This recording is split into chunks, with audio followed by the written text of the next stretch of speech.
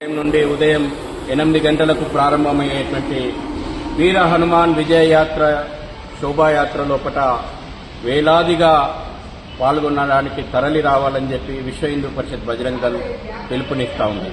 రండి, హిందూ ఐక్యతను చాటుదాం, కలిసి రండి, హిందూ బల ప్రదర్శన చేద్దాం. చారిత్రాత్మకమైనటువంటి స్థలం కర్మన్ఘట్ హనుమాన్ దేవాలయం. మతోన్మాది ఔరంగజేబ్ సేనలను తన్ని తరిమినటువంటి ప్రాంతం కర్మన్ఘట్ ప్రాంతం. భాగ్యనగర్ భవిష్యత్తు కోసం, రాష్ట్ర భవిష్యత్తు కోసం, దేశ భవిష్యత్తు కోసం, స్వదేశం, స్వధర్మం, ససంస్కృతి పరిరక్షించుకోవడం కోసం ఛత్రపతి శివాజీ 15 సంవత్సరాల వయసు లోపట కత్తిబట్టి యుద్ధానికి ముందుకు అడిగేసింది. ఛత్రపతి శివాజీ నడయాడినటువంటి ప్రాంతం కర్మన్ఘట్ ప్రాంతం. కాబట్టి ఈ ప్రాంతంలో ఉన్నటువంటి అందరం కూడా 15 సంవత్సరాల వయసు నిండినటువంటి యువతి యువకులకు పిలుపునిస్తా ఉన్నాం.